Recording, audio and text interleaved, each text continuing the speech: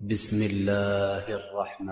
الرحیم۔ عہد رسول اللہ میں ہی جب اسلام کو اندر سے نقصان پہنچنے کا سلسلہ شروع ہوا، بالخصوص فتح مکہ کے بعد، تب سے ایک گروہ ان سازشوں کی سرکوبی کے لیے میدان عمل میں آیا، جس کی سرپرستی اور قیادت امیر المومنین علی ابن ابی طالب علیہ السلام فرما رہے تھے، یہاں تک کہ پیغمبر کی زندگی کے آخری ایام جیسے جیسے آپ کی رحلت کا وقت قریب آ رہا تھا، ویسے ویسے مختلف مقامات پر، مختلف اطراف میں، مختلف خاندانوں میں سازشوں کا اور چالوں کا ایک سلسلہ شروع ہو چکا تھا۔ بہت سارے افراد، بہت سارے قبیلے اس کوشش میں تھے کہ وہ ختمی مرتبت کی رحلت کے بعد حکومت تک پہنچنے میں کامیاب ہو جائیں۔ ایک تفصیلات ہیں، ان سے گریز کرتے ہوئے ان کٹھن حالات میں، ان مشکل حالات میں امیر المومنین کی امامت کا آغاز ہوا، جبکہ آپ کی سن مبارک 33 برس تھا۔ 33 برس کی عمر، وہ عمر کے جب بعد میں، یعنی چند سال گزرنے کے بعد، 2.5 سال ایک اور 10.5 سال مزید گزرنے کے بعد، یعنی 10 اور 2.5 آپ دیکھیے تقریباً 12.5 سال، اور شورا میں 6 ارکان میں سے ایک علی اور شورا کو منتخب کرنے والے فرد نے یہ بات کہی کہ یہ جو 6 ارکان ہیں، ان میں سے طلحہ کو خلیفہ نامزد نہ کیا جائے، کیونکہ طلحہ نے ایک ایسی بات کی پیغمبر گرامی اسلام کی زندگی کے آخری دنوں میں کہ حضرت آخر وقت تک طلحہ سے دکھی رہے اور دنیا سے دکھی رخصت ہوئے۔ الاستیاب میں اور دیگر تواریخ کی کتابوں میں آپ پڑھ سکتے ہیں کہ طلحہ نے ختم مرتبت سے متعلق کیا کہا، جس خواہش کا اظہار کیا کہ ابھی پیغمبر بوڑھے بھی ہو چکے ہیں اور بیمار رہنے لگے، اور کچھ دن میں جب ان کا انتقال ہو جائے گا تو پھر ان کی فلاں زوجہ کے ساتھ میں عقد کروں گا، نکاح کروں گا، جس کے بعد پھر قرآن مجید کی آیت نازل ہوئی۔ دوسرا کہا تو اس لیے اس فرد کو نہ بنایا جائے۔ دوسرا فرد وہ زبیر ابن عوام، خود جب مغیرہ نے رائے لی کہ ان سے متعلق کیا خیال ہے، کہا کہ زبیر کینہ توز ہے، اور میں نے دیکھا کہ صرف 2.5 کلو گندم یا 2.5 کلو جو کی وجہ سے یہ مسجد نبوی کے باہر ایک شخص کے سینے پہ سوار اس کا گلا دبا رکھا تھا، اور ہم نے بیچ بچاؤ کیا اور اس شخص کو زبیر سے چھڑوایا، ورنہ زبیر نے 2.5 کلو جو کی وجہ سے اس شخص کی جان لے لینی تھی اور قتل کر دینا تھا، تو اس بنا پہ وہ کینہ توز ہے، نہ بنایا جائے۔ پھر عثمان بن عفان سے متعلق جب مغیرہ نے کہا کہ ان کے بارے میں کیا خیال ہے، کہا کہ اگر انہیں حکومت پہنچی تو یہ اپنے سارے قبیلے کو اور قوم کو لے کر اس پر چڑھائی کریں گے اور بیت المال کو مال البیت بنا ڈالیں گے، اور اقربا پروری میں ان سے بڑھ کر کوئی دوسرا فرد نہیں، سو یہ بھی اہل نہیں ہے۔ چوتھے مرحلے پر سعد بن ابی وقاص، جو فاتح جنگ قادسیہ اور ایران کا فاتح، عمر ابن سعد کا باپ سعد بن ابی وقاص، یہ بھی 6 رکنی شورا میں سے، تو کہا پھر انہیں بنا دیا جائے، کہ نہ، یہ بھی اس لائق نہیں ہے۔ تیر انداز تو بہت اچھا ہے سعد، لیکن خلافت اس کی رینج سے بہت دور اور باہر ہے۔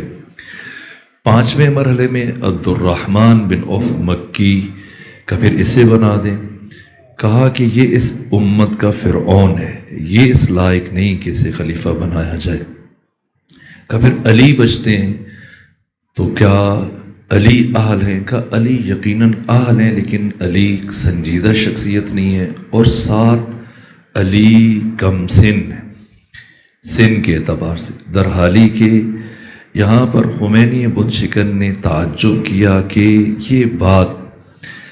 کہنے والا وہ سارے ماضی کے جو ہادیان الہی ہیں، جناب یحییٰ کی عمر پر ان کی نگاہ نہیں ہے، دیگر انبیاء کے علاوہ جناب عیسیٰ اپنی نبوت اور ہدایت کی ذمہ داریاں ادا کرنے کے بعد اللہ نے جب شب قدر میں آپ کو بیت المعمور پر اٹھایا، چوتھے آسمان پر جناب عیسیٰ کو بلند کیا، تو اس وقت ان کی عمر 33 سال تھی۔ ایک ہادی اپنی ذمہ داریاں ادا کرنے کے بعد جب دنیا سے رخصت ہو رہا ہے تو اس کی عمر 33 سال ہے، تو دوسرا ہادی 33 برس کی عمر سے اپنا کام آغاز کیوں نہیں کر سکتا؟ لیکن بہرحال وہ 33 سال تو بجائے خود، آپ دیکھیے اس کے بعد پونے 13 سال کا یہ عرصہ، لیکن یہ بات کہی گئی بہرحال 33 برس کی عمر میں امیر المومنین نے ذمہ داریوں کو سنبھالا، اور پھر 30 سال آپ کا عہد امامت ہے، جن میں سے 25 سال آپ نے حزب اختلاف میں گزارے اور 5 سال آپ نے حکومت چلائی۔ 30 سالوں میں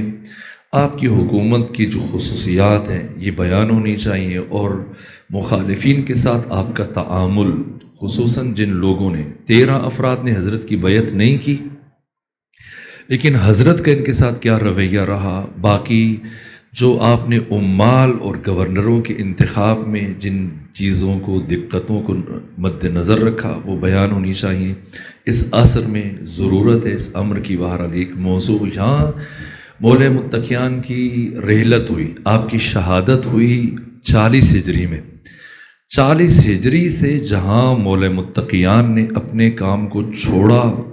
بغیر کسی فاصلے سے اسی نقطے سے امام حسن مجتبی نے اپنے کام کا آغاز کیا۔ 9 سال مسلسل امام حسن مجتبی نے اپنے دشمن کو بے نقاب کیا۔ یہ آپ کی حکمت عملی تھی۔ اپنے عہد امامت میں جو امام حسن نے سب سے بڑا کارنامہ انجام دیا، ورنہ شاید کوئی نہ سمجھ سکتا، نہ کربلا پیش آ سکتی۔ کربلا میں امام حسین کو کھل کر اپنا کردار ادا کرنے کا موقع اس لیے ملا کہ پہلا کام جو مشکل کام تھا، جس کے لیے امام نے صبر کیا اور زہر کا جام پیا، وہ دشمن کو بے نقاب کرنا تھا۔ اس کے چہرے کے اوپر جو ماسک تھا، امام نے اپنی حکمت عملی سے، در حالی کہ وہ بہت زیرک تھا، شاطر تھا، عیار تھا، چالاک تھا، لیکن امام کا ایسا حکیمانہ طرز عمل تھا کہ خود اس نے اپنے چہرے سے نقاب الٹ دیا اور مقام ذیقار پر 1.5 لاکھ افراد کی موجودگی میں اپنے چہرے سے ماسک اتارا، اپنی حقیقت کو عیاں کیا اور درجہ اعتبار سے ساقط ہو گیا۔ یہ بنو امیہ کا زوال تھا اور اس کی بنیاد امام حسن مجتبی نے رکھی ہے۔ یہاں سے امام حسین کا کام شروع ہوتا ہے۔ 11 سال مسلسل آپ نے جو امامت فرمائی، بالخصوص آپ کے تقریباً 30 سے لے کر 35 تک جو خطوط ہیں جو امیر شام کو لکھے، اور 3 ملاقاتیں امیر شام کے ساتھ، ایک گفتگو یزید ابن معاویہ کے ساتھ، یہ محل باس ہے، بیان ہونی چاہیے۔ آپ کا عہد امامت 2 کام دونوں بھائیوں نے مل کے انجام دیے، اور اس میں سے ایک اہم کام اس ذخیرے کی حفاظت امام حسن نے بھی فرمائی، امام حسین نے بھی فرمائی۔ یہاں تک کہ جو 72 ساتھی ہیں، ان میں سے اکثریت سے امام حسین ملاقات نہیں کرتے تھے اور منع کر رکھا تھا کہ نہ میں آپ سے ملاقات کروں گا، حتیٰ حج کے موقع پر بھی گریز کرتے تھے اور انہیں اپنے ہاں آنے سے بھی روکتے تھے، چونکہ حالات ایسے تھے کہ جو امام حسین کے پاس ملاقات کے لیے آتا تھا اس کی فہرستیں مرتب ہوتی، شام جاتی، مدینے کے گورنر کے پاس جاتی، پھر اس کا پیچھا کیا جاتا، پھر تھوڑے عرصے میں اس کو زہر دے کر یا کسی دوسرے طریقے سے شہید کر دیا جاتا یا زندان میں ڈال دیا جاتا۔ پہلے مرحلے میں صلح کی جو 6 شرائط ہیں، ان میں سے ایک شرط خود امام حسن نے یہ طے کیا دشمن کے ساتھ کہ تم محبان علی اور میرے بابا کے عشاق اور میرے بابا کے شیعوں سے ہرگز تعرض نہیں کرو گے، ان کی جانوں کو مباح قرار نہیں دو گے، ان کے اموال نہیں چھینو گے، ان کی اولادوں پر ظلم نہیں کرو گے۔ وہ ذخیرہ، اس کی حفاظت کا آغاز کیا، اور پھر کمال احتیاط سے امام حسین، آپ دیکھیں زہیر ابن قین کے ساتھ امام حسین نے کب ملاقات کی، یعنی کچھ شخصیتیں ایسی ہوتی ہیں کہ جن کے لیے تقیہ کرنا مشکل ہوتا ہے، توریہ کرنا مشکل ہوتا ہے۔ زہیر سے امام حسین پہلے بھی ملاقات کر سکتے تھے، لیکن کب ملاقات کی؟ بالکل آخری مرحلے میں پتہ تھا ممکن نہیں کہ زہیر انکار کریں۔ پھر زہیر کو بلانے کے لیے جس ہستی کا انتخاب کیا جناب علی اکبر علیہ الصلوۃ والسلام، اسی طرح سے جناب حبیب نہیں آتے تھے مدینے، امام حسین بھی ان سے ملاقات نہیں کرتے تھے۔ مسلم ابن اوسجہ، عابس ابن شبیب شاکری، سعید بن عبداللہ حنفی، حجاج بن مسروق، ان افراد کے ساتھ خط و کتابت مسلسل جاری رہتی تھی، لیکن ان میں سے کبھی کسی سے ملاقات نہیں کرتے تھے۔ کیوں؟ ذخیرہ کربلا کی حفاظت کریں۔ پھر کائنات کی، پوری کائنات پر جتنے بھی شریف ترین لوگ بستے تھے، پاکیزہ ترین لوگ بستے تھے، شجاع ترین، با وفادار ترین، با ضمیر ترین افراد کو امام حسین کی نگاہ میں سب موجود تھے، اور آقا کو پتہ تھا کس کو کس وقت میں نے اپنے لشکر میں شامل کرنا ہے، کس وقت کس کو سپاہ میں شامل کرنا ہے، کس وقت کسے خط لکھنا ہے، کس وقت کس کو کہاں بلانا ہے۔ بعضوں کو مدینہ میں بلایا آخری وقت میں، بعضوں سے کہا تم نے مکہ آنا ہے وہاں، اور بعضوں کو پھر کربلا میں بلایا۔ یہ ایک بہت الگ موضوع ہے امام کی حکمت عملی اور آپ کی جنگی تکنیک کے 9 گھنٹے مسلسل 36,000 کے لشکر کو روک کے رکھنا اور جنگ کو طول دینا۔ اس پہ خود عقلاء، دنیا کے دانشور جنہوں نے کربلا کو پڑھا ہے، عاشورہ کے بارے میں مطالعہ کیا، ڈاکٹر عباس محمود عقاد، انہوں نے بھی لکھا یہ بات محیر العقول ہے کہ کس طرح سے 72 افراد نے 9 گھنٹے تک مسلسل مقابلہ کیا، درحالی کہ ان میں سے 35 افراد تو پہلے حملے میں شہید ہو گئے۔ پھر پتہ چلتا ہے کہ امام حسین نے زہیر ابن قین کو کیوں میمنہ کا سربراہ بنایا، یعنی قلب لشکر عباس کے پاس ہے اور میسرہ حبیب کے پاس ہے، اور میمنہ جناب زہیر ابن قین۔ زہیر ابن قین بعد از امام حسین، بعد از جناب حضرت ابو الفضل عباس، میدان کربلا میں سب سے بڑے شجاع مانے جاتے ہیں، جنہوں نے وہ کام کیا 11 افراد کے ساتھ مل کر 8,000 کے لشکر کو بھاگنے پر مجبور کیا، اور مسلسل بہت دیر تک خیام حسینی کی حفاظت کی، اور جو دشمن خیمے لوٹنے کے لیے امام کی زندگی میں بڑھتے تھے ان سے دفاع کیا۔ یہ کربلا ہر اعتبار سے، ہر جہت سے 1400 سال گزر کے دشمن لگا ہوا ہے کہ کوئی کمزور پہلو لے کے آ جائے، کسی بھی اعتبار سے کوئی نقطہ ضعف نہ، 1000 کوششوں کے باوجود، لاکھ کوششوں کے باوجود جھوٹ منسوب کر رہا ہے کہ امام حسین یہ چاہ رہے تھے، اور کربلا میں جانے کے بعد یہ کہا کاش میں نے بڑے صحابہ کی باتیں مان لی ہوتی، عبداللہ بن عمر کی بات مانی ہوتی، عبداللہ بن زبیر کی بات مانی ہوتی، عبداللہ بن عباس کی بات مانی ہوتی، یہ ہوتا، میں یہ جاننا چاہ رہا ہوں، یہ کرنا چاہ رہا ہوں۔ سب جھوٹی باتیں کی جا رہی ہیں، لیکن جتنی بھی ہمارے پاس مستند تواریخ ہیں، حدیث کی کتابیں ہیں، سیرت کی کتابیں ہیں، سب میں امام کا کردار روز عاشور 8 دن کربلا میں، 4 مہینے 5 دن جو آپ نے مکہ میں گزارے، سفر میں دشمن 1000 کوششیں کر لے، کوئی ایک کمزور پہلو ڈھونڈنے میں کامیاب نہیں ہو سکتا۔ کربلا ہر اعتبار سے بے مثال ہے، ہر اعتبار سے بے نظیر ہے، ہر اعتبار سے محیر العقول ہے، معرفت کا آسمان ہے، جہاں پر انسانی اور اخلاقی اقدار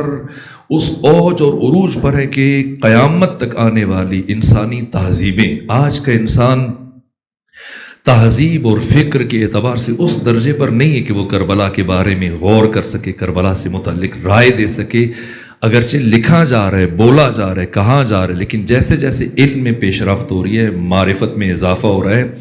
قیامت تک آنے والی انسانی تہذیبیں وہ دیکھیں گی، وہ تجزیہ کریں گی، وہ بتائیں گے کہ کربلا کیا ہے، عاشورہ کیا ہے۔ تاریخ انسانی کا محیر العقول واقعہ،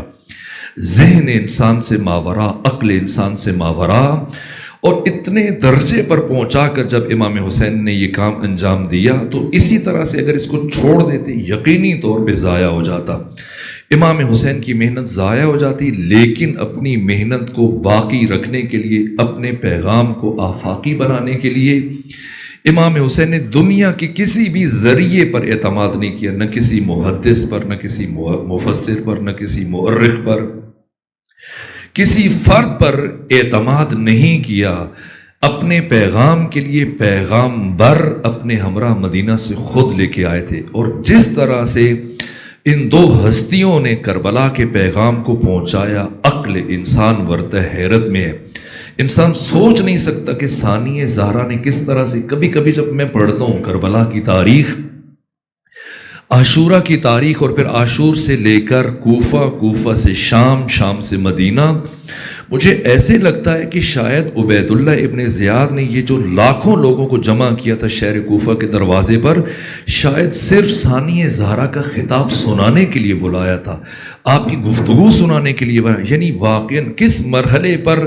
ان لبوں میں جنبش آنی ہے، ان کا تعین کس طرح سے عقیلہ بنی ہاشم جو خود عقل ہے، عقل کو مجسم کیا جائے، علم کو مجسم کیا جائے، معرفت کو مجسم کیا جائے، ثانیہ زہرا بنے گی. استاد دارستانی فرماتے کہ جو خطبے ثانیہ زہرا نے ابن مرجانہ کے سامنے دیے کوفہ میں، اور جو ابن معاویہ کے سامنے دیے شام میں، اگر پیغمبر ان دونوں مقامات پر ہوتے، یا پھر آپ کو بازار کوفہ میں خطبہ دینا پڑتا اور پیغمبر اگر تقریر کرتے، تو جو خطبے ثانیہ زہرا نے دیے بعین ہی پیغمبر وہی کلمات ادا کرتے. یہ خطبے اسی طرح سے، نہ ایک لفظ کم نہ ایک لفظ زیادہ کا. کیوں؟ اس لیے کہ دونوں کا مشرب ایک ہے، دونوں کا منہج ایک ہے، دونوں کا مکتب ایک ہے. جس طرح سے ختمی مرتبت شاگرد پروردگار ہے، اسی طرح سے ثانیہ زہرا شاگرد پروردگار ہے. اس لیے بی بی کے خطبے کو سننے کے بعد امام سجاد کی آنکھیں نم ہوئیں، اور یہ جملہ کہا، ان عمتی زینب عالمۃ غیر معلمہ. زمانے کا امام علی زین العابدین گواہی دے کے جا رہے کہ ساری کائنات میں سوائے اللہ کے کوئی بھی میری پھوپھی زینب کا استاد نہیں ہے. انتہا ہے. واقعاً بشر سوچ نہیں سکتا کہ ان 35 سالوں میں پہلے سال ثانیہ زہرا نے جو جہاد کیا، باقی 34 سال امام سجاد نے کس طرح سے کایا پلٹ دی، بنو امیہ کی مضبوط ترین حکومت کو اس طرح سے زبوں حالی اور ذلت اور شکست کی طرف لے کے گئے امام سجاد کا کردار، جس کے بعد پھر کچھ نہیں بچا. آپ دیکھیں کہ عبد الملک بن مروان کی موت کے بعد جس طرح سے کمزور تر ہوتی چلی گئی. اتنی کوشش کے باوجود بنو امیہ 100 سال پورے نہیں کر سکے. کوئی سوچ نہیں سکتا. اگر ایک طرف آپ امیر شام کی حکومت کا مطالعہ کریں، 42 سال اس نے حکومت کی، 22 سال گورنر کی حیثیت سے، 20 سال 3 بر اعظموں میں پوری دنیا میں مضبوط ترین حکومت. مکیاولی جیسا سیاست مدار دانشور جس نے سیاست پر کتاب لکھی تھی، پرنس، کہا کہ سب سے کامیاب ترین سیاستدان اس دنیا میں امیر شام ہے. اگر کسی نے سیاست سیکھنی ہے تو اس سے سیکھی. یہ پرنس جو انگریزی زبان میں آپ کے بڑے بڑے سیاستدان اس کتاب کو پڑھ کے سیاست سیکھتے ہیں، کہا کہ سب سے بڑا منبع سیاست کا کامیاب حکمرانی کے لیے امیر شام. لیکن کیا ہوا کہ 100 سال پورے نہ کر سکے. امام سجاد نے 95 ہجری تک تقریباً آخری کیلیں ٹھوک دی، اور اس کے بعد جو حکومت کچھ عرصہ چلی 132 ہجری تک، اس کی صورتحال آپ دیکھ رہے ہیں کہ بیٹا باپ کو مار رہے، بھائی کس طرح سے بھائی کے خلاف ہے، اور جو ان کی حکومتوں کے اندر جو مسائل شروع ہوئے. خود عبد الملک بن مروان بھی بیچارہ شام تک محدود رہا. 73 ہجری تک تو جو کیفیت بن گئی تھی، عبداللہ بن زبیر اس نے حکومت کی ہے پورا حجاز، مکہ، مدینہ، طائف، عراق، ایران. بنو امیہ تو 73 ہجری تک صرف شام تک رہے. بعد میں بھی جو حکومت ملی وہ کیفیت نہیں تھی جو 20 سال امیر شام نے گزارے. یہ کام سید سجاد نے کیا. اب یہاں تک ان پیچیدہ ترین حالات میں جہاں امام سجاد کا کام رکتا ہے، یہاں پر 18 سال 10 مہینے 14 دن امام محمد باقر نے جو امامت کی ہے، بنیادیں رکھیں. اس دنیا کی سب سے بڑی عظیم النظیر بے مثال یونیورسٹی کی بنیاد رکھی امام باقر نے، اور وہ ابتدائی 12-14 افراد ان کو تیار کیا، اور پھر یہ 14 افراد راس المال بن گئے، بنیاد بنے، اس یونیورسٹی کے ابتدائی طالب علم بنے کہ جس کے مؤسس اور جس کو چلانے والے امام جعفر صادق علیہ السلام 35 سال 14 کی تعداد بڑھتے بڑھتے کہاں تک پہنچی ہے؟ 4000 تک پہنچی. اور اب بھی دنیا میں جو بڑی بڑی یونیورسٹیز ہیں، آکسفورڈ میں چلے جائیں، کیمبرج میں چلے جائیں، کیلیفورنیا میں چلے جائیں، ہارورڈ یونیورسٹی میں، جہاں بھی جائیں دنیا کے مختلف ملکوں میں چلے جائیں، 7 بر اعظموں کے اندر بڑی بڑی جو درسگاہیں یونیورسٹی ہیں، کسی یونیورسٹی میں ایک ساتھ سارے علوم نہیں پڑھائے جاتے۔ بہت ساری یونیورسٹیز ہیں جہاں پر کافی علوم پڑھائے جا رہے ہیں، لیکن سارے علوم تاریخ انسانی میں پہلی اور آخری مرتبہ اگر ایک ساتھ یہ سارے علوم قدیم جدید پڑھائے جاتے تھے تو وہ ایک درسگاہ، ایک یونیورسٹی جس کے مؤسس امام صادق تھے، 35 سال تک اتنی بڑی بڑی شخصیتوں کو تیار کیا، تراشا۔ جابر بن حیان جیسی، ابان بن تغلب جیسی، جناب حمران جیسی، مومن طاق جیسی، زرارہ اور ابو بصیر جیسی شخصیتوں کو تراشا، اور 35 سال یہاں تک کہ منصور دوانقی ذلت اور محرومی اور کمتری کے احساس میں مسلسل اس کے لیے نیندیں اڑ گئیں، یہاں تک کہ مجبور ہو کر اس نے امام کو شہید کروایا۔ اور اب لوگ یہ خیال کر رہے تھے کہ جس سطح پر امام جعفر صادق علم کو اور معرفت کے معیار کو لے گئے، یقیناً آپ کا 20 سال کا بیٹا موسیٰ کاظم اس سلسلے کو جاری نہ رکھ پائے گا، آگے نہیں بڑھا پائے گا۔ لیکن امام کعبہ امام ابن حجر ہیثمی المکی صاحب سوائے کے مورکہ نے لکھا کہ موسیٰ کاظم نے دنیا کو، بشریت کو ورطہ حیرت میں ڈال دیا۔ یہ 20 سال کا جوان فرزند امام جعفر صادق نہ صرف یہ کہ اپنے بابا کے مکتب کو، بابا کی یونیورسٹی کو بند نہیں ہونے دیا، بلکہ اپنے علم سے، اپنی معرفت سے، اپنے بابا کے اس مکتب کو، چھوڑی ہوئی میراث علمی کو نہ فقط 4 چاند لگا دیے، بلکہ آپ کے فضل اور آپ کے اخلاق اور آپ کے ادب کے شورے چاروں طرف دوستوں اور دشمنوں میں اس طرح سے گونجنے لگے کہ دوست دشمن سب آپ کو کاظم کے لقب سے یاد کرنے لگے، یہاں تک کہ امام موسیٰ کاظم علیہ اعلیٰ فتحیت وثنا کی 35 سال جن میں سے 16 سال زندان میں گزر گئے، اس کے باوجود تشیع کو اتنا مضبوط کر دیا اور اس درجے پر لے کے آگے، اس سطح پہ لے کر آگئے، تشیع کو پہلی مرتبہ اپنے بابا کے چھوڑے ہوئے 4000 شاگردوں میں سے قابل اعتماد شاگردوں کا، دانشوروں کا، علماء کا انتخاب کیا، اور اسلامی حکومت جو 3 بر اعظموں سے بھی آگے بڑھ چکی تھی، دنیا کا کوئی ایک شہر ایسا نہ چھوڑا جہاں پر اپنا نائب، جہاں پر اپنا وکیل منصوب نہ کیا ہو۔ اور یہ درس و تدریس کا سلسلہ اور رابطے کا سلسلہ اس طرح سے کہ دشمن نے محسوس کیا، ہارون نے محسوس کیا کہ وہ بھی حکومت کر رہا ہے، لیکن موسیٰ کاظم اس کے مقابلے میں ایک متوازی حکومت قائم کرنے میں کامیاب ہو گئے۔ خمس و زکوٰۃ جس ترتیب سے آ رہا ہے، جس ترتیب سے صرف ہو رہا ہے، خرچ ہو رہا ہے، استعمال ہو رہا ہے، پورا اقتصادی نظام، پورا معاشی نظام، پورا تعلیمی نظام، پورا تربیتی نظام، پورا ثقافتی نظام، یہاں تک کہ تشیع کو اتنا منظم کر لیا امام موسیٰ کاظم نے کہ ہر طرح کی کوششیں کر کے تھک گیا۔ ہارون رشید کبھی کہا میں فدق آپ کو واپس کرنے کے لیے تیار ہوں، آپ میری مخالفت سے ہاتھ اٹھا لیں، کبھی اور حربے، کبھی تکالیف بڑھا دی، ایسا زندان کے سیدھے کھڑے نہیں ہو پا رہے مسلسل۔ یعنی یہ بہت عجیب بات ہے، ہمیں ایک دن کے لیے اگر اس کیفیت میں کھڑے ہونا پڑے ہم نہیں رک سکتے، لیکن ہم مسلسل سالہ سال امام موسیٰ کاظم نے یہ تکلیف گزاری، مصائب کے پہاڑ برداشت کیے، لیکن پائے ثبات میں ایک لمحے کے لیے لغزش نہ آئی۔ 1 سال، 1 مہینہ، 1 دن تو بجائے خود ایک لمحے کے لیے بھی کار امامت کو نہیں رکنے دیا، اور اپنے بابا کے چھوڑے ہوئے میراث علمی اور آپ کے شاگردوں پر اس طرح سے انہیں اور منظم کر دیا، اسلامی دنیا میں پھیلا دیا کہ اب تشیع ایک قوت بن کے ابھری، جس کا نتیجہ یہ تھا کہ مامون الرشید، اسی ہارون کا بیٹا جو 7ویں امام کا قاتل ہے، یہ مجبور ہوا کہ یہ امام کو حکومت کی دعوت دے، خلافت کی دعوت دے، کم سے کم ولایت احدی پر مائل کرے، اس لیے کہ اب تشیع اتنی بڑی قوت بن چکی تھی کہ جسے نظر انداز کرنا ممکن نہیں رہا تھا۔ یہاں سے امام علی ابن موسیٰ الرضا کی امامت کا آغاز ہوتا ہے۔ امام علی ابن موسیٰ الرضا 148 ہجری میں دنیا میں آئے۔ یہ پس منظر بیان کرنا ضروری ہوتا ہے، میں بچوں کے لیے، جوانوں کے لیے، بزرگوں سے معذرت چاہتے ہوئے، اس لیے کہ تاکہ وہ اس کیفیت میں آ جائیں، سمجھ سکیں۔ ایسا نہیں کہ ہم بیچ میں سے ایک امام کی زندگی اٹھائیں اور بیان کرنا شروع کر دیں، وہ نہیں بات پہنچ سکتی، کیونکہ ائمہ کی زندگیاں متصل ہیں، جڑی ہوئی ہیں، پیوستہ ہیں، اس طرح سے کہ جب انسان ائمہ کی سیرت کا مطالعہ کرتا ہے تو اسے یوں لگتا ہے کہ یہ 12 نہیں ہے، یہ الگ نہیں ہے، ایک انسان ہے، اس کی زندگی میں مختلف ادوار آ رہے ہیں۔ یا کہوں ایک انسان ہے، اس کی زندگی میں 14 ادوار آئے. حقیقت وہ ایک حقیقت ہے، حقیقت محمدی.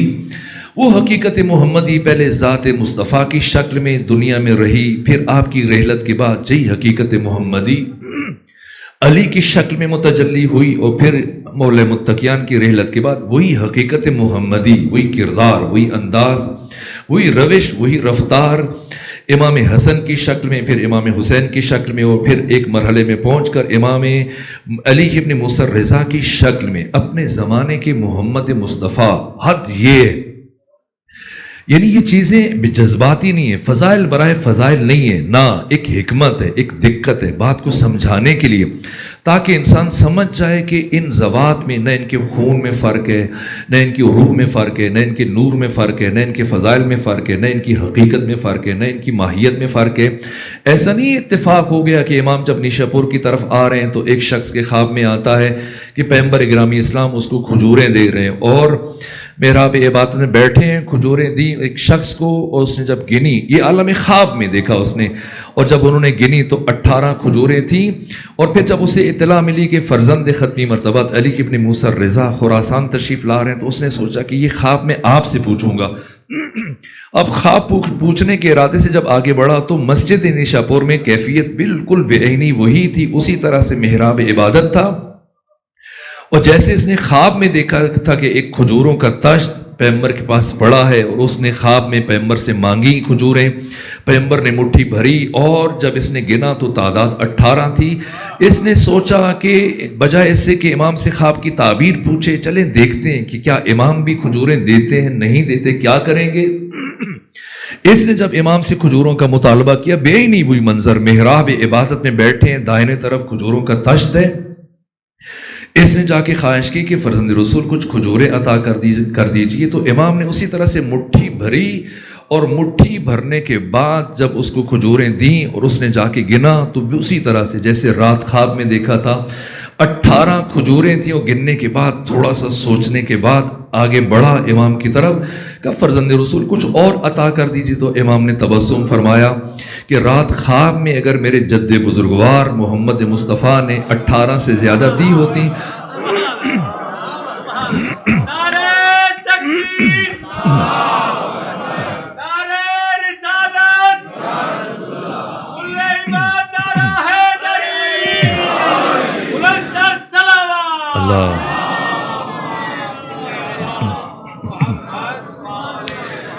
اگر انہوں نے 18 سے تجاوز کیا ہوتا میں بھی اس سے زیادہ تو میں دیتا. دیکھیں انسان بے خیالی میں بھی اگر ہاتھ بڑھائے اور چیز اٹھائے تو اتنا ہاتھ کا انداز ہے، مطلب ہاتھ ایک ہے، روش ایک ہے، رفتار ایک ہے، طریقہ ایک ہے، اسلوب ایک ہے، سلیقہ ایک ہے. ورنہ کیسے ممکن ہے کہ انسان ہاتھ بڑھائے اور گنے اسی طرح سے بغیر گنے ہوئے اٹھا کے دے. ان 14 کی حقیقت ایک ہے، یہ نور واحد ہے، ان سب کی ماہیت ایک ہے. اسی چیز کو سمجھایا جب مامون الرشید کے پاس ایک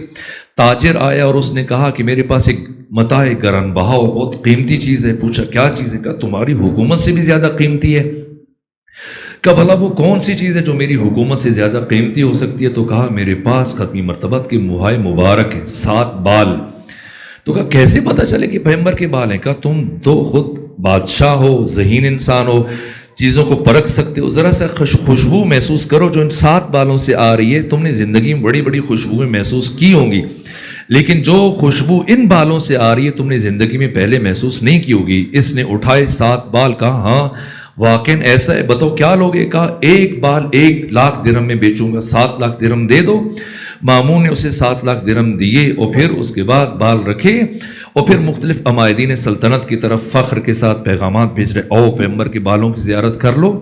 اور یہی پیغام امام علی ابن موسیٰ رضا کی طرف روانہ کیا، فرزند رسول آئیں آپ بھی موہائے ختمی مرتبت کی زیارت کریں، اپنے جد کے بالوں کی زیارت کریں. امام تشریف آئے بیٹھے اور اس نے ایک سفید ایک سبز پارچے میں یہ 7 بال تھے، امام کے سامنے اس پارچے کو کھولا، رکھے کہ زیارت کیجیے. امام نے پہلے انگلی سے 3 بال ایک طرف کیے، 4 بال دوسری طرف کر دیے. اس نے تعجب کیا، کہا فرزند رسول یہ کیا بات ہے، آپ بالوں کو الگ کیوں کر رہے ہیں؟ کہا اس لیے کہ یہ 4 بال تو میرے نانا محمد مصطفیٰ کے ہیں. لیکن یہ 3 بار کسی اور کے کا آپ کو کیسے پتہ چلا؟ امام نے فرمایا اس لیے کہ مجھے ان 3 بالوں سے اپنے وجود کی خوشبو محسوس نہیں ہو رہی ہے۔ یہ بات بہت اہم ہے، یہ حقیقت واحدہ ہے۔ تو کہا کہ فرزند رسول یہ جو بات آپ کر رہے ہیں یہ آپ کے لیے حجت ہے، دوسروں کے لیے حجت نہیں ہو سکتی، آپ کو ان سے اپنے وجود کی خوشبو محسوس نہیں ہو رہی ہے، تو ایسی بات کریں جو باقیوں کے لیے بھی حجت بن سکے۔ امام نے فرمایا ایسا کرو کہ آگ جلاؤ۔ آگ جلی تو امام نے کہا کہ 3 بال آگ میں رکھو، جب آگ میں رکھے تو آگ اس نے جلا دیا، اور پھر کہا کہ 4 بال رکھو، جب آگ میں رکھے آگ بجھ گئی۔ کہ یہ کیا ہوا؟ امام نے فرمایا یہ دیکھ لو اللہ نے ہم محمد و آل محمد پر دنیا اور آخرت کی آگ کو حرام قرار دیا۔ وہی حقیقت واحدہ، وہی کردار ختمی مرتبت۔ ختمی مرتبت کے کردار کو اگر کسی نے دیکھنا ہو کہ ختمی مرتبت نے ان 20 سالوں میں کس طرح سے، اگر ختمی مرتبت 83 ہجری سے 183 ہجری سے 203 ہجری تک ہوتے، ان 20 سالوں میں کیسے زندگی گزارتے، وہ امام علی ابن موسیٰ رضا کی زندگی کو پڑھ لے کہ آپ نے کیسے زندگی گزاری، شب و روز مسلسل۔ اگر میں امام کا علم بیان کروں، معرفت بیان کروں، قرآن مجید کے ساتھ آپ کا عشق بیان کروں، فقراء کی فریاد رسی بیان کروں، اسی طرح سے جو امام قدم قدم پر حقائق کا پرچار کرتے تھے، ایک ایک پہلو جس حد تک ممکن ہو۔ سب سے پہلے مرحلے میں قرآن مجید کے اعتبار سے امام کی زندگی میں یہ معمول رہا۔ امام علی ابن موسیٰ رضا اپنی زندگی کے 3 دن میں ہمیشہ ایک قرآن مکمل کر کے چوتھے دن پھر دوبارہ سے قرآن شروع کرتے تھے۔ یہ بچپنے سے آپ کا معمول رہا، کبھی 3 دن سے زیادہ نہیں گزرے ایک قرآن کو شروع سے آخر تک مکمل کرنے میں۔ اور فرماتے تھے، اپنے اصحاب کو بتاتے تھے کہ میں چونکہ قرآن میں تدبر کرتا ہوں، تعقل کرتا ہوں، تفکر کرتا ہوں، اگر تدبر و تعقل مطلوب نہ ہو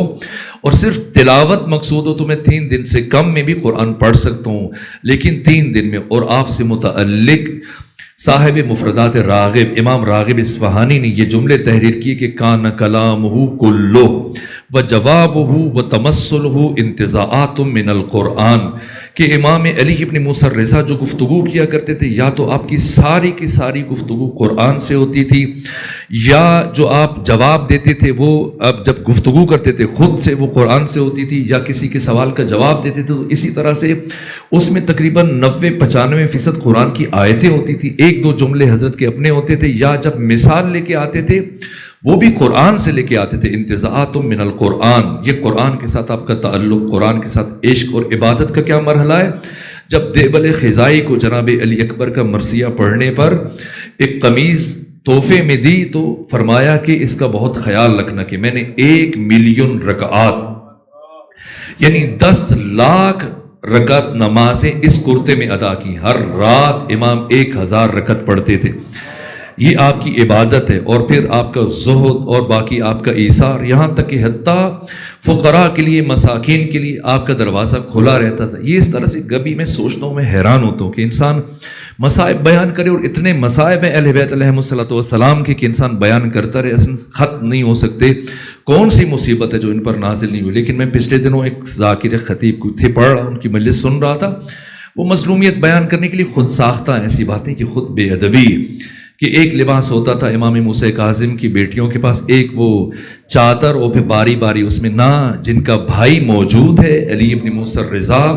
کائنات کا کریم ترین انسان، سخی ترین انسان، مدینے میں آپ کا دروازہ فقراء کے لیے، مساکین کے لیے، غرباء کے لیے مرکز رہا، تو کیا ان امام کی قہران، ان کی بہنیں وہ محروم رہیں گی حجاب سے، پردے سے؟ نہ، ہمیں باتیں گھڑتے ہوئے تھوڑا سوچنا چاہیے، مبادا ہم امام کی بارگاہ میں، معصوم کی بارگاہ میں بے ادبی کا ارتکاب نہ کریں۔ امام علی ابن موسیٰ رضا مدینے میں جب آ گئے نیشاپور میں تو آپ کا معمول تھا، زندگی میں آپ 9 ذی الحج کو عید سے 1 دن پہلے اپنے گھر سے باہر نکل جاتے تھے، اور سارے کا سارا سامان اعلان کرواتے تھے، جو فقراء ہیں، مساکین ہیں، مستحق ہیں، غریب ہیں، جس کو جو ضرورت ہے وہ میرے گھر سے سامان اٹھا کے لے جاؤ، جب تک گھر مکمل طور پہ خالی نہیں ہو جاتا تھا امام گھر کے اندر تشریف نہیں لے کے جاتے تھے، یہاں تک کہ 3 سال 200 ہجری سے لے کر 300 ہجری تک امام خراسان میں رہے، اور ان 3 سالوں میں امام کا یہ معمول تھا، یہاں تک کہ فضل ابن سہل مامون الرشید کا وزیر جب اس نے دیکھا کہ لوگ سونے چاندی کے برتن، قیمتی قالینیں، تحائف، ظاہر ولی عہد ہیں، پوری دنیا سے آنے والے گورنر، خواص، سردار، دوسرے ملکوں کے سفیر آپ کو تحائف پیش کرتے تھے. وہ قیمتی چیزیں، عام غریب اور مفلوق الحال قیمتی چیزیں اٹھا کے، جیسے کچھ عرصہ پہلے آپ نے دیکھا ہوگا لاہور میں شاید کسی بڑے فوجی افسر کے ہاں جب حالات خراب ہوئے تو کیا کیا اٹھا کے لے جا رہے ہیں. ہوتا ہے عوام چیزیں اٹھا کے لے جا رہے، وہ ہکا بکا حیران پریشان سرگردان ٹکٹکی باندھے دیکھ رہا ہے کہ اتنے قیمتی تحائف کہ جن کے حصول کے لیے انسان زندگیاں صرف کر دیتا ہے، آپ نے غریبوں کے لیے، فقیروں کے لیے دروازے کھول دیے، سب دھڑا دھڑ لے کے جا رہے ہیں. کچھ دیر دیکھتا رہا، پھر بڑا امام کی طرف وہ کہا، فرزند رسول یہ تو نقصان ہے، سراسر نقصان ہے کہ اتنی قیمتی ترین تحفے آپ اس طرح سے غریب اور فقیر ان کے لیے دروازے کھول کے لے کے جا رہے ہیں، یہ تو خسارہ ہے، نقصان ہے. فرمایا نہ، تمہیں کب سے خسارے اور فائدے کے درمیان فرق پتہ چلا؟ اگر خسارہ دیکھنا ہے تو سمجھو کہ خسارہ ہے کیا، فائدہ کیا ہے. خسارہ یہ ہوتا کہ میں دنیا سے چلا جاتا، یہ ساری چیزیں یہاں چھوڑ کے چلا جاتا، تو خسارہ ہوتا کہ میں ان سے فائدہ نہ اٹھا سکا. میں تو اپنے جانے سے پہلے جہاں میں نے ہمیشہ جا کے رہنا ہے ان چیزوں کو وہاں پہنچا رہا ہوں، تو یہ تو فائدہ ہی فائدہ ہے. دید فرق کرتی ہے، یہاں تک کہ ہل کے رہ گئے. ایک مرتبہ فضل ابن سہل پھر آیا اور دسترخوان پر بیٹھا امام کے ساتھ کھانے کے لیے، تو جتنے بھی خدام ہیں، جتنے بھی غلام ہیں، سب کے سب دسترخوان پر امام کے ساتھ بیٹھ کے کہا آپ ولی عہد سلطنت ہیں، اتنی بڑی حیثیت ہے آپ کی، اور آپ ان غلاموں کے ساتھ، فقراء کے ساتھ بیٹھ کے کھانا کھا رہے ہیں. حضرت نے فرمایا جب ان کا اور علی ابن موسیٰ رضا کا خدا ایک ہے تو پھر دسترخوان ایک ہونے میں کیا قباحت ہے. اس انداز سے تربیت کرتے ہیں لوگوں کی، یہاں تک کہ سب سے بہترین غذا کھانے سے پہلے، کھانے کی طرف ہاتھ بڑھانے سے پہلے بہترین غذا الگ کرتے ہیں اور اپنے شہر کے فقراء کی طرف روانہ کرتے ہیں کہ وہ کھانا شروع کریں تو ہم کھانا شروع کریں. یہ انداز آپ کا. اور خط لکھا نیشا پور سے اپنے فرزند امام محمد تقی علیہ السلام کے لیے کہ اے محمد تقی، میں یہ دیکھ رہا ہوں، یہ امامت ہے، میں یہ دیکھ رہا ہوں کہ آپ کے غلام اور آپ کے قریبی افراد آپ کو گھر کے عقبی دروازے سے مسجد نبوی کی طرف لے کے جاتے ہیں، تو آپ ان کی باتوں کو درخورد اتنا نہ جانیں اور آپ گھر کے مرکزی دروازے سے آیا کریں، اس لیے کہ فقراء اور مساکین اور غریب گھر کے باہر صفیں باندھے آپ کے منتظر رہتے ہیں تاکہ آپ ان کی مدد کر سکیں. تو آپ کے غلام بخیل اور کنجوس ذہنیت کے حامل ہیں، وہ نہیں چاہتے کہ افراد تک آپ کی مدد پہنچے، اس لیے وہ آپ کو عقبی دروازے سے، اور جیسی میرا خط ملے تو آپ نے عقبی دروازے سے نہیں جانا. اتنا خیال خود نیشاپور میں بیٹھے ہوئے اپنے فرزند کو خط تحریر کر رہے ہیں کہ کوئی فرد وہ محروم نہ رہ جائے. اور اس ترتیب سے قدم قدم پر حق کے بارے میں کس طرح سے ہارون کے دور میں بھی، ہارون رشید کے زمانے میں جب امام کھل کر ہارون کی مخالفت کرتے تھے تو آپ کے صحابہ کہتے تھے کہ فرزند رسول آپ اتنی شدت سے ہارون کی مخالفت نہ کریں، مبادا وہ آپ کے ساتھ بھی وہی سلوک روا رکھے جو آپ کے بابا امام موسیٰ کاظم کے ساتھ سلوک روا رکھا، مبادا وہ آپ کو قید میں ڈال دے. امام کی 20 سالہ عہد امامت 83 ہجری سے لے کر 93 ہجری تک ہارون الرشید کے خلافت کے زمانے میں گزرے، اور 93 میں جب اس کی موت ہوئی 3 جمادی الثانی کو، یہاں سے مامون کی حکومت شروع ہوئی، امین کی حکومت شروع ہوئی، 5 سال امین کی حکومت میں اور آخری 5 سال پھر مامون الرشید کی دور حکومت میں. مامون الرشید 170 ہجری میں پیدا ہوا تھا اور 218 ہجری میں جا کے مرا 48 برس کی عمر میں، اور اس کے عہد حکومت میں 203 ہجری میں امام کی شہادت ہوئی. اس سے پہلا جو 10 سال ہے امام کی امامت کے ہارون کے دور میں، اور امام علی ابن موسیٰ رضا بہت کھل کر مختلف مقامات پر مسجد نبوی میں خطبہ دیتے تھے ہارون کے بارے میں، اس کی حکومت سے متعلق والی مدینہ کے مظالم کو بیان کرتے تھے. تو آپ کے صحابہ نے، قریبیوں نے کہا کہ اتنی کھل کے مخالفت نہ کیا کریں، مبادا آپ کو نقصان نہ پہنچا دے، آپ کو شہید نہ کروا دے، زندان میں نہ ڈال دے. تو امام نے فرمایا کہ میرے نانا محمد مصطفیٰ کے جب ابو جہل قتل کے منصوبے بناتا تھا تو اس کے جواب میں میرے جد رسول اللہ نے فرمایا تھا کہ اگر ابو جہل میرا ایک بال بھی بیکا کرنے میں کامیاب ہو جائے تو تم مجھے اللہ کا رسول نہ سمجھنا، اور میں اس محمد مصطفیٰ کا بیٹا تم سے یہ کہہ رہا ہوں کہ اگر ہارون الرشید میرا ایک بال بھی بیکا کرنے میں کامیاب ہو جائے تو تم مجھے اس محمد مصطفیٰ کا جانشین نہ سمجھنا.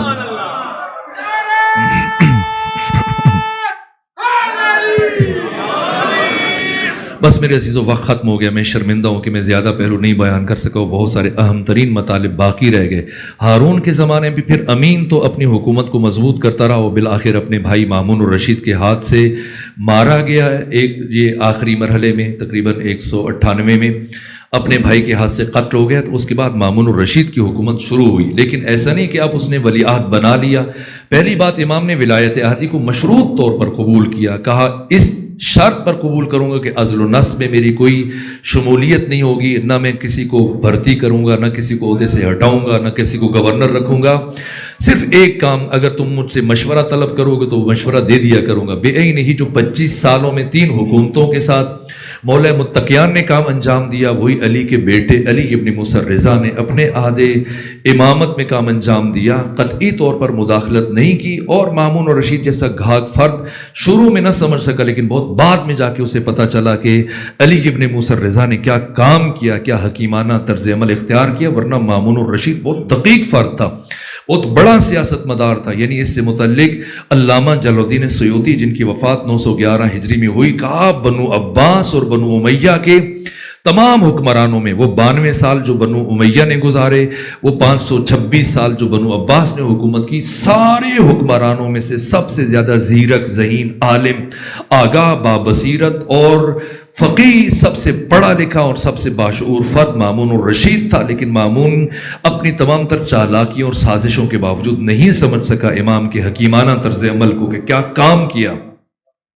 بہت بعد میں جب اسے پتہ چلا، تب تک اس کا یعنی اس حد تک امام اپنا کام کر چکے تھے، اور جس طرح سے تشیع کو امام علی ابن موسیٰ الرضا نے اپنے 20 سالوں میں وہ عالمی حیثیت عطا کی اور اتنا مضبوط اور مستحکم کر دیا، یہاں تک کہ لیکن پھر بھی بلیات تھے، جو بات میں عرض کرنا چاہ رہا تھا، اس کے باوجود ایسا نہیں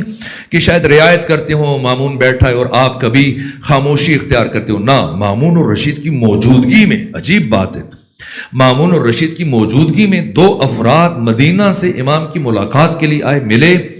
اور جب امام سے ملے تو امام نے ان 2 افراد کو جو مدینہ سے آئے، دونوں امام سے ملنے کے لیے آئے، دونوں کا مقصد بھی ایک ہے اور ایک ہی جگہ سے آئے، دونوں مسافر ہیں، جب مل کر پیچھے ہٹنے لگے تو امام نے فرمایا کہ ایک سے کہا کہ تم اپنی نماز قصر پڑھنا، دوسرے سے فرمایا تم اپنی نماز پوری پڑھنا۔ تو ایک مرتبہ وہ جس سے کہا پوری پڑھنا تو حیران، پریشان، سرگردان، فرزند رسول، میں بھی مسافر ہوں، میں بھی مدینے سے آیا ہوں، میں بھی آپ کا شیعہ ہوں، میں بھی آپ کا عاشق ہوں، یہ قصر پڑھیں تو میں کس بنیاد پہ پوری نماز پڑھوں؟ امام نے فرمایا اس لیے کہ اس کا سفر مباح ہے تو یہ نماز قصر پڑے گا، لیکن تمہارا سفر سفر معصیت ہے، سفر گناہ ہے، تو گناہ کی نیت سے جب سفر کیا جاتا ہے تو وہاں پر نماز قصر نہیں ہوتی، وہاں نماز پوری پڑھی جاتی ہے۔ تو چونکہ تم معصیت کے ارادے سے آیا تو کہا میں نے تو کوئی گناہ کا ارادہ نہیں کیا، کہا کیا ہے، کہا کیسا گناہ؟ امام نے فرمایا کہ یہ شخص یہ میری زیارت کے لیے چلا، مدینے سے آیا، اور یہ دوسرا مامون الرشید سے قریب ہونے کے لیے میرے وسیلے سے وقت کے حکمران سے قریب ہونا چاہ رہا تھا، اس لیے تم قصر پڑھو اور تم کو دوسرے سے کہا تم پوری پڑھو۔ یہ اور اسی طرح سے جس طرح سے تشیع کی تبلیغ کرتے تھے آقا، کس طرح سے تشیع کو مضبوط کرتے تھے، کس طرح سے کردار کی تعلیم دیتے تھے۔ ایک مومنین کا وفد آیا مدینہ سے اور کئی دن تک رکا رہا، امام نے ملاقات کے لیے وقت نہیں دیا، یہاں تک کہ انہوں نے پیغام بھیجا کہ ہماری واپسی کا وقت آن پہنچا ہے، ہم کیا جا کے بتائیں گے مدینے والوں کو کہ ہم آقا کے شیعہ تھے، ان کی زیارت کے لیے گئے، انہوں نے ملاقات نہیں کی۔ تو بہت اصرار کے بعد امام نے وقت دیا کہ جب تک کہو گے کہ ہم آپ کے شیعہ ہیں تو میں تمہیں وقت نہیں دوں گا، تم ہرگز ہمارے شیعہ نہیں ہو۔ ہمارے شیعہ مقداد تھے، ہمارے شیعہ میثم تمار تھے، ہمارے شیعہ ابو ذر تھے، سلمان تھے، تم کہو ہم آپ کے محب ہیں، ہماری تأسی، صرف شیعہ وہ ہے کہ جو پیروی کرتا ہے، تأسی کرتا ہے، ہمارے ہر امر و نہی کے آگے تسلیم ہو جاتا ہے۔